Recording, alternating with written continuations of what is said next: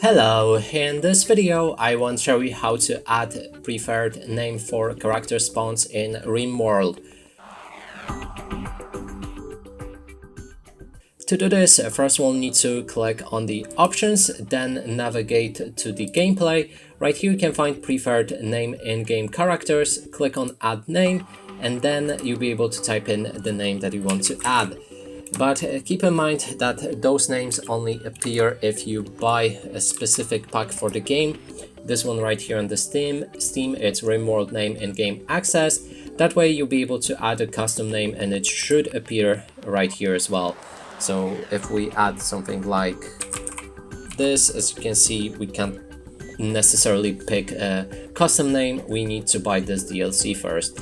And that's it for this video. Hope you like it. Please consider subscribing to our channel, leave a like and a comment below.